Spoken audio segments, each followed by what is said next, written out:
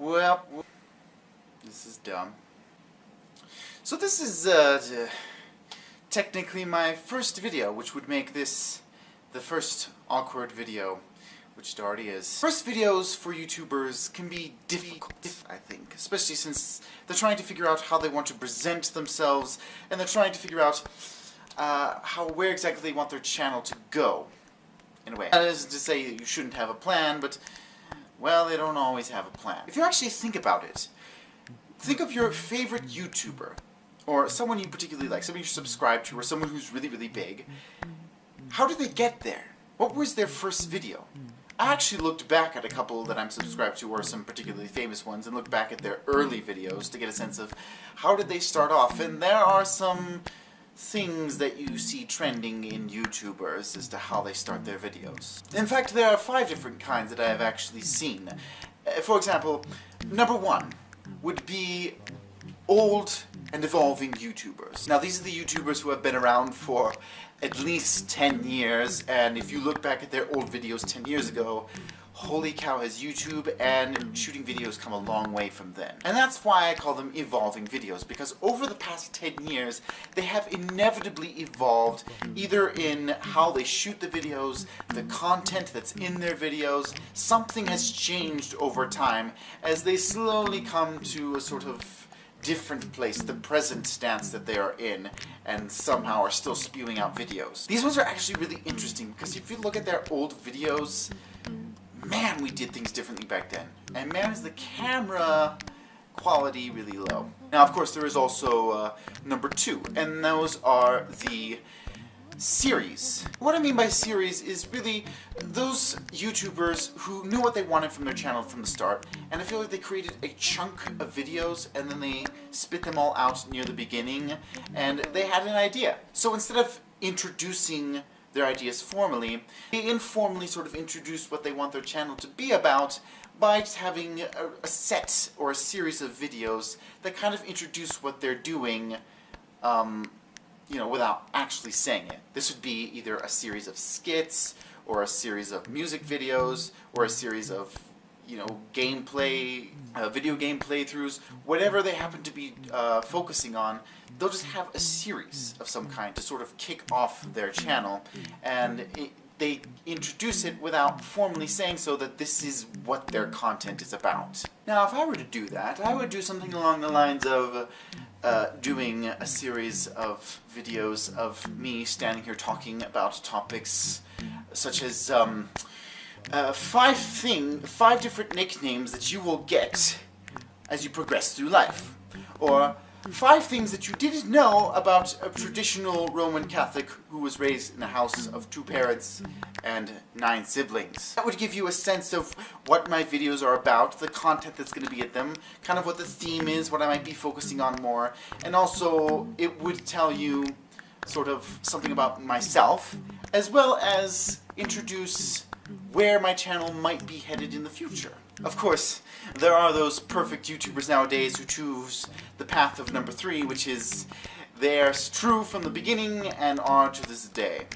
Basically, they're sort of in between the series of videos and another set of videos that I have not quite talked about yet, and there's this idea that they know what they want to be from the beginning, and without formally introducing it, they sort of start their videos with this idea of something, you know, I'm gonna sing. So they do a song, and then it's popular, and people are like, they enjoy it. Okay, well, I'm gonna do another one. So they do another video, and it's another song, and no, it's more popular. Oh, so they sort of build from there. And that's what I think is the people who have basically, they've known what they want to be from the beginning, and it just immediately took off from there. And man, these people make me jealous. To be fair, I think these are the people who gained fame very quickly, like gained a rather large audience over a single year, and so they really haven't had the chance to be the old and evolving YouTuber, because they found what their audience is like, and they haven't been going long enough to have to make tweaks and changes. They've simply been building off of what they started, and they've been making their videos better than they were before, rather than actually making changes in the structure itself. If that would be me, I would probably post a video with me singing a particular song. And if people enjoyed it well enough, then I might go, okay, well, how about this? I got something else fun for you. And then I would post a video with a skit, me performing some sort of skit that I wrote. And then if people enjoyed that, well, then the next video I did might be another song. And then the one after that would be another skit. And then the one after that would be a fun topic that I talk about stuff. And on until suddenly I'm introducing that I have written a book and I'm selling it on Amazon, and please support me as fans of my YouTube page. Of course, there is option number 4, which is randomness that builds to a cohesive YouTube channel. Ironically, some of the biggest and most famous YouTubers started out in this category. It literally starts with just someone, I feel like, woke up one day and said, I want to post a video on YouTube. And so they do. They post a random video on YouTube. It could be anything. It doesn't even have to be, in fact it usually isn't, with whatever their channel is about today. Usually what they started with way back when is not the same thing. It was just they decided one day, I want to do a video on YouTube. And they did. So it'll be a random video with them dancing or showing off their computer graphics skills or what. It'll just be the most random thing ever that they started with. And then a good 6 months to a year pass before they post another video. Basically, they post random videos that have no connection or nature until slowly but surely they progress to starting to post them every month. And then every week. And then suddenly there's a theme that goes with them, with whatever people seem to enjoy more. And like I said, ironically, it's the big YouTubers who started this way, at least some of them, I think. If this were me, it would basically start with me posting a random video of me swing dancing with someone, and then I wouldn't post anything for another 6 months, and then I would post a random video of me singing, and then I'd wait another 3 months, and then I would post a random video with me talking and ranting about something that frustrates me, like, oh, college campuses, there are so many weird social unspoken rules that you need to follow if you want to keep your dignity. And slowly but surely I would progress to, having suddenly a cohesive channel with, particular topics. Or, of course, you could go with option number 5, which I do tend to admire, but also I'm a little skeptical of, which is formal introductions. Formal introductions go a little like this.